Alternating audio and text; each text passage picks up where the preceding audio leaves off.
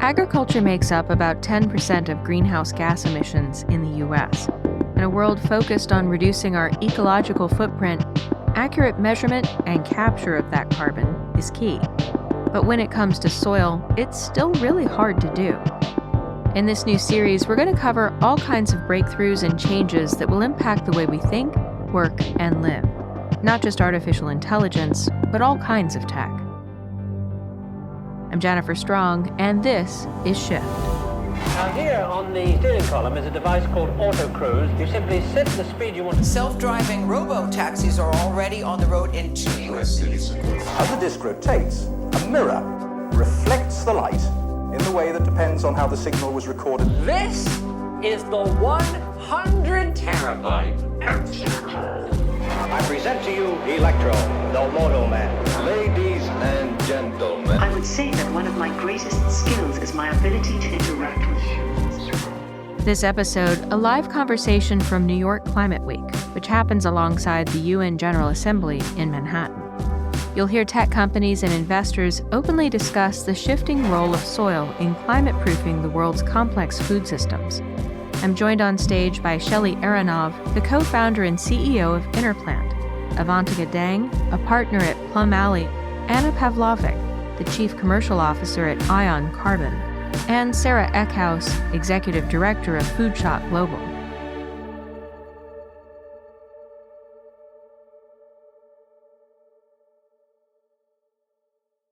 Support for this podcast comes from Align AI, helping enterprise teams create data and AI playbooks to drive adoption and governance.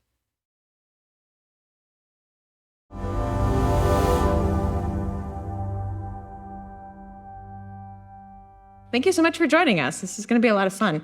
I'm Jennifer Strong. I'm a journalist, and I make tech and science podcasts, including a brand new one called Shift. And Shelley, you want to go next? I'm the co-founder and CEO of Innerplant. We make plants that can communicate what they need. Thank you, Shelley. I'm one of two partners at Plum, investing at the intersection of frontier tech and gender diversity. We're now coming up to having deployed over $80 million across 31 companies, and each one of our portfolio companies has at least one female founder. Hey guys, I'm Anna. I just joined Eion as Chief Commercial Officer. I previously built an ag tech modeling company, and then more recently built a company called Agora, which is a soil carbon leader in row crop and range and pasture. Many things we've done, but also many things to solve, and I'm sure your questions will speak to that. Eion's an enhanced rock weathering company. We work with existing ag systems to sequester carbon by applying rock as like an ag product. Hi, everyone. I'm Sara Eckhouse. I'm Executive Director of FoodShot Global. We're a collaborative, integrated capital platform. We offer both non-dilutive prize funding and equity funding via our partners for innovations for a healthier, more sustainable, more equitable food system. And it's exciting to be on an all-woman panel. I feel like we're counterbalancing the forces of all-male panels. I love it when this happens.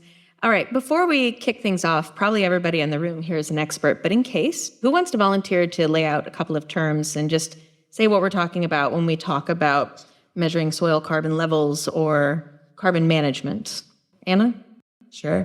Recently, I was in a meeting, and two of the people were experts in carbon removal, and two of the people knew very little about carbon and very little about ag. So CDR is a word that a lot of you guys probably know and use every day. For those of you who don't, that's carbon dioxide removals. So when we talk about soil, there's also obviously avoidance of emissions, which is a little bit different than removals, but those are, I think, two good terms to like level set. We'll talk a little bit about sort of organic carbon and inorganic carbon, probably in the soil systems, slightly different. Again, not a PhD scientist, but I think that's a good way to think about it. Outside of carbon, when you think about the agriculture soil systems, there's so much more than carbon that's important. There's nitrous oxide emissions, methane emissions, how we think about water, and you sort of can't ignore or focus on any one of those to have an interesting solution. And so I think more collaboration with groups like this in agriculture and soils is really important to think about like answering some of those different problems together. I think I would just say beside the ocean,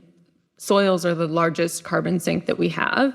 And we have, over time, released huge amounts of carbon from the soil, largely through intensive agricultural practices like tillage and monocropping. And there is an opportunity to restore some of that carbon, there's still a lot of questions about the best ways to do that and permanence around those things and how we should compensate farmers for things that improve soil health.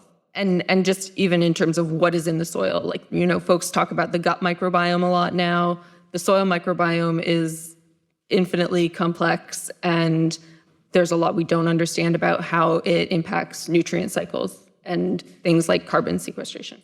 All right, so everybody on the panel has pretty different perspectives, right? We come from a lot of different backgrounds. Why don't we just level set where each of you are coming from a soil perspective? Where are we? Where do things stand?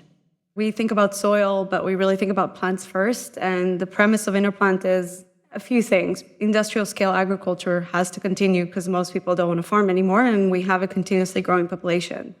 But all of the things that got us here, we now know the impact on the environment, and the practices that we chose so far, we need to get to the next level. And my prediction and our prediction as a company is in 5 to 10 years, we'll be able to farm thousands of acres with machinery, very few people, but treat plants on the individual level. And that means that we can be so much more efficient and we can eliminate everything that we don't need to do. And by doing that, we can help the soil bounce back. Now, when it comes to soil, I think one of the things that can bring up and what we deal with is data. We produce data from plants that doesn't otherwise exist. One of the issues that we have with the system, with carbon credits, with soil credits, and so on, is there's not a good way to measure them. And there's also a lack of scientific knowledge about how the interactions of the soil microbiome. Just to give you an idea, 20 years ago, we thought that soil is dirt. And that's when we basically learned that it's alive. 20 years ago. Yeah. So now we've got years and years and decades of understanding how all of these mechanisms work together. When you change something in biology, something else changes. It's just, you can't do things, you're not disconnected. It's not like normal software. So one of the issues that I see is when it comes to permanence, when it comes to additionality, when it comes to all the concepts that we talk about is how do we measure them better? How do we do that without creating a burden on the farmers that they can never implement, like going out to the field, taking samples? And if we can't do that, then how do we continue to scale this system, but build trust? I'll jump in. Thank you, Shelley. Jennifer, your question was contextualize, what soil means for us. I come from a very different perspective amongst the three ladies here. There's not a single solution out there. There's not a straight answer. Our job, finding fearless founders, finding fearless technologies that are frontier, that are novel, that help future-proof industries. Because the so what there is that it needs to matter. It needs to matter to industry. It needs to matter to the farmer. It needs to matter to food sustainability. It needs to matter to climate, right? And if it doesn't matter in one way or the other, technology will always be on the wayside and not applied. And I remember 4 years ago, the conversation, Shelley, you and I were having about this technology exists. Why is it not being used, right? Because nobody knew how to answer the question of, does it matter and who does it matter to? No, I think I very much agree with what everyone shared so far. I think the high-level points to know, system is very complex. When we talk about like ag, soil, land, water, no one technology is the end-all, be-all to answer this. And that is a beautiful thing because it means that like we get to work together, and all of you guys being here is certainly a sort of artifact of the change of that. I would also mention, one of the things in talking about nature-based solutions versus engineered solutions, I think there's often a debate about like which one's better and which measurement approach is the best. And like, of course, that's true in like an early kind of like nascent industry space always. But I want to echo that I think like personally, and I definitely think it's shown by the diversity in this group of technologies and backgrounds, that we need to do all of these things better, faster. We have to do excellent direct measurement and things that are expensive and hard to do today, but will create more scalable systems in the future. It doesn't mean I have a software background, I love software and modeling more than anyone, but I also know that in early stages, the more we can do to use sensors and on-field data to validate a lot of the things that we do can game change how the industry overall trusts in these early solutions. But yeah, I think more, better, and faster, and together. It can't be a competition because we cannot solve these things alone in isolation. Yeah, agree with a lot of what was said. For us, we're really looking at a systems perspective. So soil exists, and when you're talking about innovation, it also exists integrated with policy, with issues around hunger, issues around sustainability, ecosystem diversity, farmer profitability. All of these things kind of intersect. And so we can't talk about soil health and solving for soil health without thinking about farmer profitability. We need tools that are accessible to farmers of different sizes. There is a need for large-scale agriculture, but that doesn't mean we shouldn't also have more resilient, smaller-scale producers and provide them with the tools and the benefits of some of these new technologies. Smallholder farmers really are the ones who feed the world. When we think about policies, right now, a lot of our policies don't support improved soil health because they focus more on yields. We need to think about, maybe rather than yield per acre, nutrition per acre. I really want to encourage folks to think about a system and innovations that can work, not just create capital and a new market for carbon credits, but also to create actual practical solutions for producers and consumers even. And we're going to take all of your questions too pretty soon. So if you have them and you're writing them down, make sure to pass them that direction. Avantika, I want to jump back to you. Your perspective, as you mentioned, is different as an investor. And I'm curious, where's your focus at right now? What are the things you're really watching for? There's no short answer to answering a question, right? Because the focus is very wide, unfortunately. And that's not how, as VCs, we want to be very efficient. We want to come in early. We want to make sure we make the right investments, backing the right founders to get to that IPO exit, because that's really where capital creation happens for investors, founders, and all the stakeholders in the journey.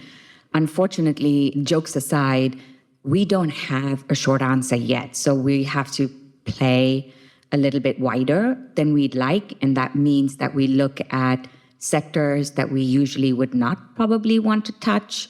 Our job is to be opportunistic. Our job is to sense things that are bleeding edge into leading edge. And so, unfortunately, it's not very efficient, but we have to spread ourselves a little bit wide to say, even in soil, how do we look at different technologies, different applications? Where do we want technology to drive it versus policy? Policy itself has a place, but it could be not very supportive of innovation, to your point about yield. But where do we bring in carrots and sticks, right? So we even play a role in developing that. One of our other investments, which is Ketos, a water analytical platform that measures impact of water nitrates, they're benefiting not from the carrots, from policy, but from the stick, which means that the Toyotas of the world are getting slapped. The Procter & Gamble's of the world, their hands are getting slapped. $100 million fines every time a nitrate is found that's been released by their production facilities, right? So where a company like Ketos can benefit from getting at the forefront and getting this industry a little bit more active. From a commercial perspective, the industry at large, in terms of the benefactor, is not interested in novel innovation. They unfortunately get interested in technologies like the ones that the three of you are working on when it matters to them from the bottom line perspective, and more importantly, from a top line, which is unfortunately right now driven through regulations, as in getting that $100 million fine that the two of the corporates I mentioned were faced with a few years ago. So unfortunately, I don't have a short answer for you, but the but there is for somebody in Deborah's seat, my partner at Plum back there, and our team here. It's extremely exciting because we become overnight PhDs in many things to then find the technologies that we want to back and bring to the forefronts. Anna, I want to jump back over to you to talk a little bit more science. I know you're not a scientist, but how well do you think we really understand soil right now as a natural system at this stage? How much work is there to be done? I think it's probably analogous to understanding of the brain, understanding of the depths of the ocean, understanding the depths of outer space. It's something that, I agree, it's we see it every day. It can seem totally not exciting in certain ways, but there's so much that we don't know, that we don't understand, that we can't quantifiably model today. I think one of the other things that always comes up in these discussions, things like, we don't have the right ways to finance this today, or we don't have enough accuracy, or we're scared of like what uncertainty looks like for measuring these things. And this like is not intended to be contrarian, but I always say it's like, that's kind of not interesting given the space that we're in today. We are here to bring these technologies online to help deal with that. But I think the other answer is, of course, we can't do that haphazardly, but we can't do nothing.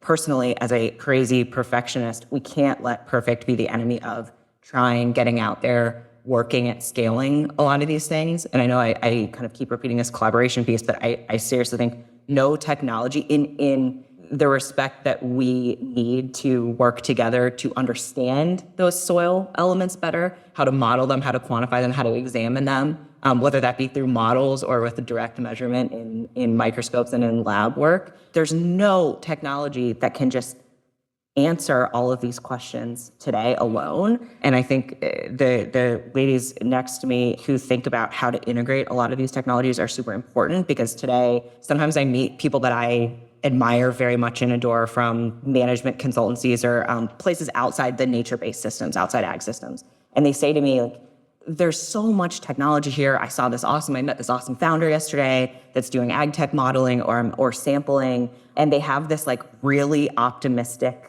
picture of what it can be like to integrate all these solutions. And like, they're right about that, but the existing system is so fragmented that to implement this on small farms, let alone massive farms that have a lot of infrastructure and scale and money to be able to do this, is incredibly difficult.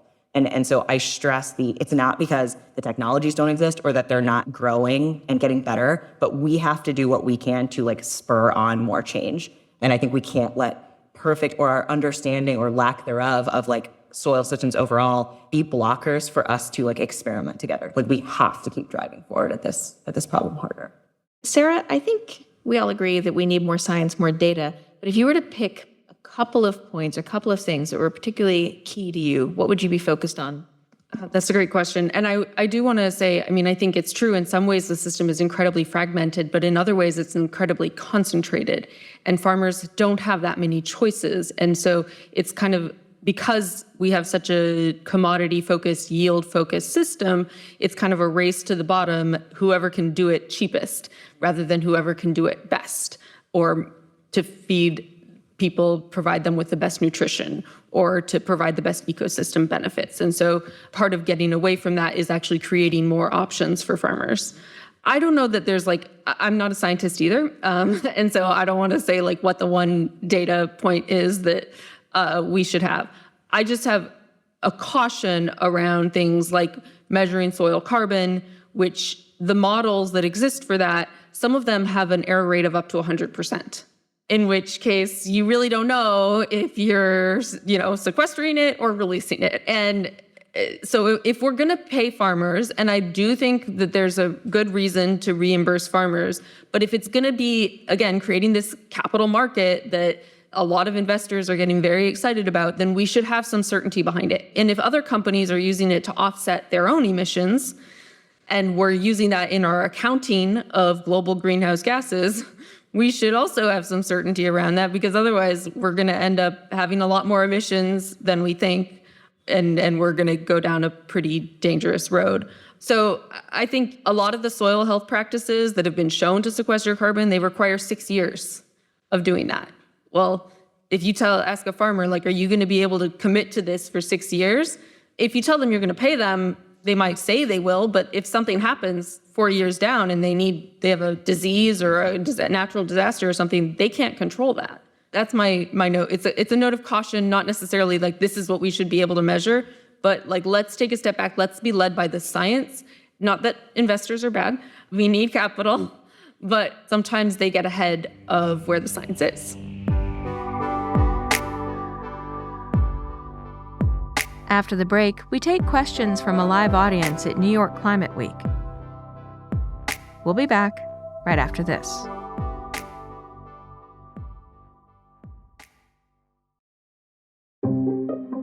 Hackers and cybercriminals have always held this kind of special fascination.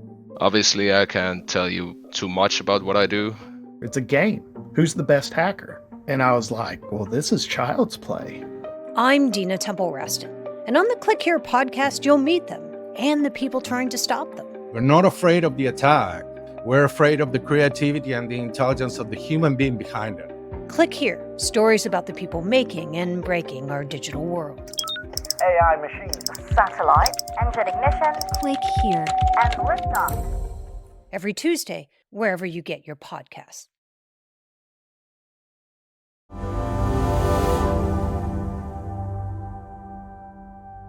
Let's go to the floor. Anybody with a question? Thank you all so much. Dan Robinson, formerly with Ginkgo Bioworks. So my question was, or is, there's obviously incredible beauty and potential in soil biology, and this has also, historically been a pretty tough space to build and scale companies in. And, there's kind of 10 to 15 years of venture experience with like Indigo Ag and Pivot, companies like that.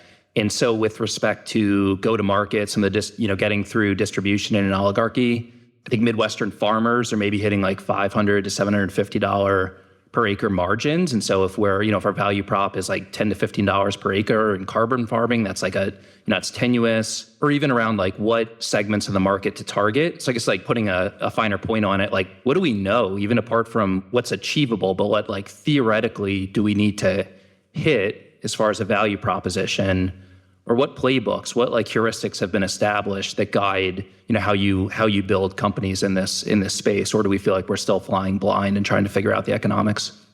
To me, again, this is where policy actually does matter, because, we have these climate smart commodity partnerships that are pouring tons of money into supporting farmers to making that transition. Will they work? We don't know, because we aren't really sure what data they're collecting. And a lot of the money is going to, JBS and Tyson and Purdue, which is an interesting choice. There's also more than just money when it comes to farmers. Like, yes, money matters, but also there's resistance to change. There's certainty, and even things like the transitional organic. One of the reasons that's important is that a lot of the time people will start the transition to organic without knowing if there's going to be anybody to buy it. And starting that transition costs money because you are unable to use any of the inputs that you've been able to use previously. And so your yields are going to go down because your soil health isn't where it used to be. And so you need to get through that kind of transitional period of like, okay, I am not using the old tools and the new tools aren't working yet. And is anybody going to buy this stuff? So transitional organic, things like that are helping people kind of get over the hump, I think are important. But again, not every farmer is going to want to change, even if you show them that the economics make sense, because there's safety and security and routine.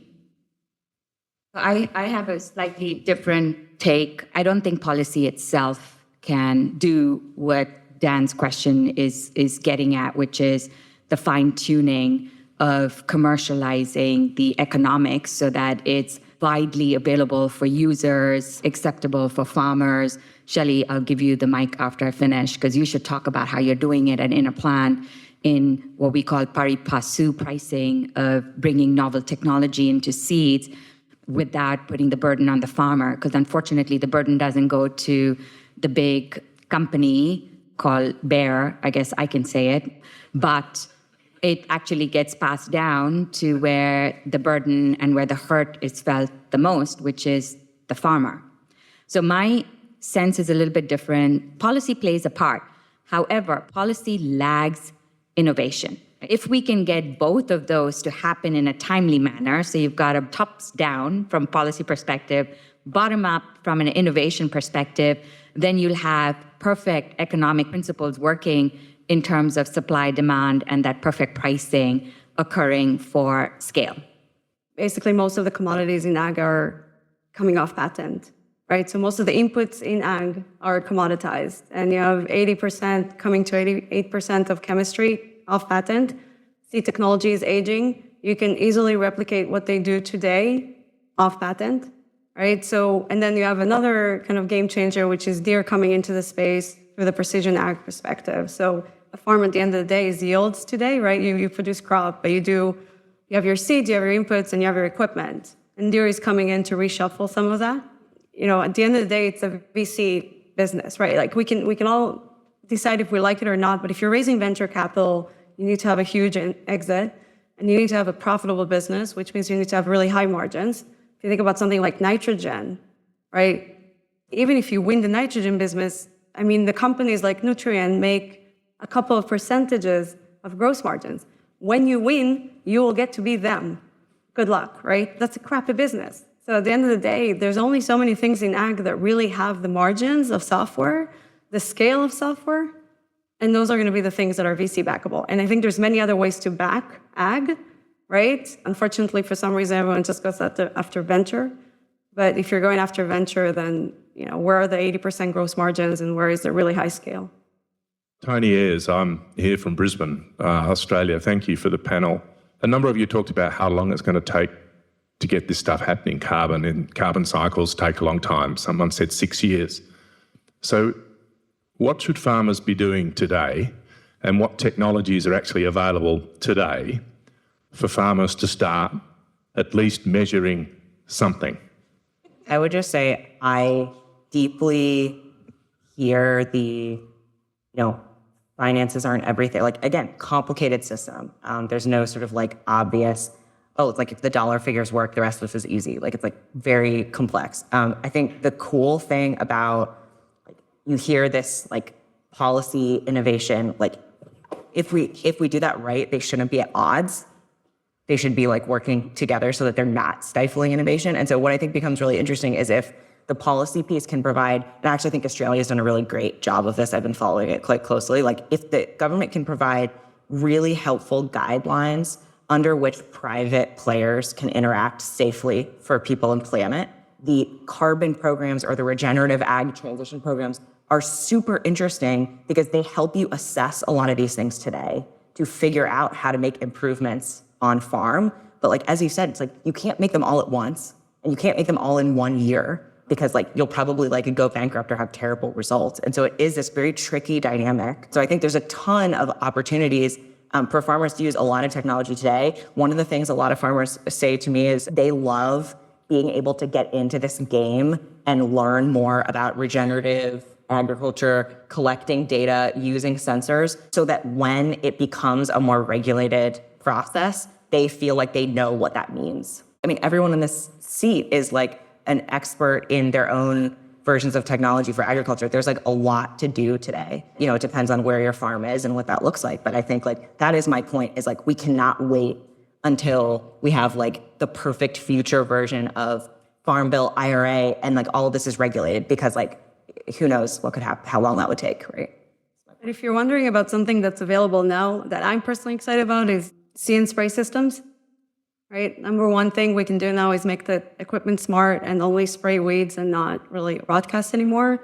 I think at this point, every equipment company has a See and Spray solution, or you can get it from any startup and put it on your equipment. And once farmers get adjusted to that and get away from broadcasting, we can then tend to anything that way, right? You can do fungal, insect, fungicides, insecticides. You can use nitrogen without broadcasting. So that's here, and it's just going to get better over the next 10 years. But, I mean, it seems to me like a no-brainer. My name is Daniela. I have a company that brings climate-smart agriculture solutions, different technologies to smallholder farmers in rural India. And I've been looking at the carbon markets, and a thought that came to me and a question that I have for the panel, there was a lot of feedback and rightfully so, with the carbon markets, and that the attempt to bring agriculture into that and the structures that were generally created, financial innovation that was generally created for a different transition, not the agriculture transition. But still, it allows a tool and an incentive to move quickly and perhaps just test some things and create some incentives around that. And what is interesting with the 6-year, carbon timeline is anyone thinking of insurance or other financial mechanisms? Because I feel I have had a few conversations in this space, and it feels that conversation actually would be very helpful, and those kind of mechanisms with the carbon markets could be an interesting direction. So I'd love to hear your thoughts on that. Everything is around risk management, so you're right? It's all about how do you loop in all the different elements. The US government probably is a little bit in the way because insurance is government-based, and it's, man, I can't believe I'm going to say this, but essentially a type of subsidy, right? But I think we're all aware. and it prevents a lot of innovation. That's what makes it really hard to tap into that in the US. I think it might work in other places more, but in the US, the top performer farmers would get some kind of different product that is more tailored to them. And there's definitely some of these insurance products. Most of them can just go to the government, and it makes a ton of sense. And then you basically have to go and pitch the government. And you can, and we will, but it's a very long process. Hi, great panel, really interesting, different perspectives. I'm working on, with the filmmakers of a documentary coming to theaters next week called Common Ground. We premiered at the Tribeca Film Festival. It's the sequel to Kiss the Ground on Netflix, which hopefully many of you are familiar with. And I've been in the regenerative agriculture movement since 2015. But my question actually is for Anna, and that is, has Eion tested or done any demonstrations with like regenerative organic? I'm talking like Land to Market, Savory Institute, Regenerative Organic Alliance, Regenified, which is Gabe Brown's certificate. Have you done any testing or piloting? And if not, is that something that your company is interested in doing? Because that's something that I've been personally thinking about a lot. I'm glad you asked that. I think it's like one of the reasons I'm not here to talk about me, but like it's one of the reasons I'm here. That is the work of the next chapter. It's like, how do we do some of these, I call them sort of like market shaping type exercises where they are more field trials, more health and safety examinations, more community benefits examinations, which I think is super important when you talk about transitioning and what those unit economics look like, because it is really challenging, especially in row crop. But to answer your question very directly, I think that is the next chapter of many of these technologies. Often, a lot of us in ag tech especially come from the large scale crops because there's so much technology and investment and data that looks at those crops. But that's not because those crops are the most interesting or the most important. I think the range and pasture space is like a massive opportunity. And it's why I just think it has the opportunity to be like absolutely game changing. Like Eion doesn't operate a lot in the range and pasture space today, but I hope we will. I've met a few guys that are just blow me away with their permaculture systems. They have like their own energy generation. They have a 10, 20 acre operation. The things they do are so unbelievable. But it is incredibly difficult to do that on a 20, 30, 40,000 acre operation. That is the model. How the heck do we get that to be like financeable and deployable at this like much bigger scale? And so what's really hard is like, I often think that, especially for people who are in like the space, big ag and like regenerative agri-permaculture are often like pitted against each other in all the ways that our like world is very polarized. It seems that like at the moment, like those have to come closer together. This is the nature of, I think, all of our work to integrate over the next term. I'm Marjorie Brands, and I'm working with a coalition that is looking at removing landmines and unexploded ordnance from agricultural soil around the world. And what I'm taking from all of this is really, really difficult to understand the carbon benefits of, some of these practices. And I'm wondering, are we trying to make the wrong argument? Like, can we make the argument based on disaster risk reduction because degraded soils can cause flooding when they go into waterways, or nutrition or whatever? Is there more promise there? What are your thoughts? So what's interesting about your question is, one, better practices are better for farmers. And most of the time, maybe not 100% of the time, but most of the time, what's better for farmers is actually better for the soils and the world. That's the incentive. Like our whole premise is we got to give the customer, which is the farmer, something that helps them do better practices, which means they're going to have better results. I think one of the challenges is that there's this whole financial market layered on top of it, a lot of money moving around in the form of carbon credits. And that's where some of that incentives to figure out things that we just can't figure out, right? I would add, yes, this is my exact point. There's a lot of good stuff that can come from soil health, better yields, lower use of chemicals and pesticides and lower exposure to those things, better disaster resilience, increased water holding capacity, increased resilience to floods and droughts. And when we get distracted by soil carbon, that's like the only thing we measure. There are groups that are measuring other things. So they're looking at water quality, they're looking at biodiversity, and those are things that can be measured maybe more easily than soil carbon. So there are efforts out there, and that's, I think there are so many reasons to be excited and care about soil health. Like, let's get excited about soil health, but be careful around the carbon question. I think I would just add quickly, I think there's, if you talk about, infield stability, erosion, all of the elements that we totally agree with Sarah, that we look at around soil health and more resilient soil systems, important to point out, like almost all of those things are also really hard to measure. And there's no agreement on what the term soil health means from a scientific perspective. I know tons of scientists love to debate on this topic. It's it's like a system that we barely understand. And so it's not easy to quantify. We know many symptoms of excellent soil health, and we know, like Sarah pointed out, how many other benefits there are. So totally agree. I do think that in like Sarah said, where there's very few options for farmers and landowners in some of these systems, finding creative ways to create incentives that help them look at that picture differently to get them started is super interesting. There's just like a lot more depth there that, of course, soil carbon is not the end all be all. And if we focus on that, that's like not a good result either.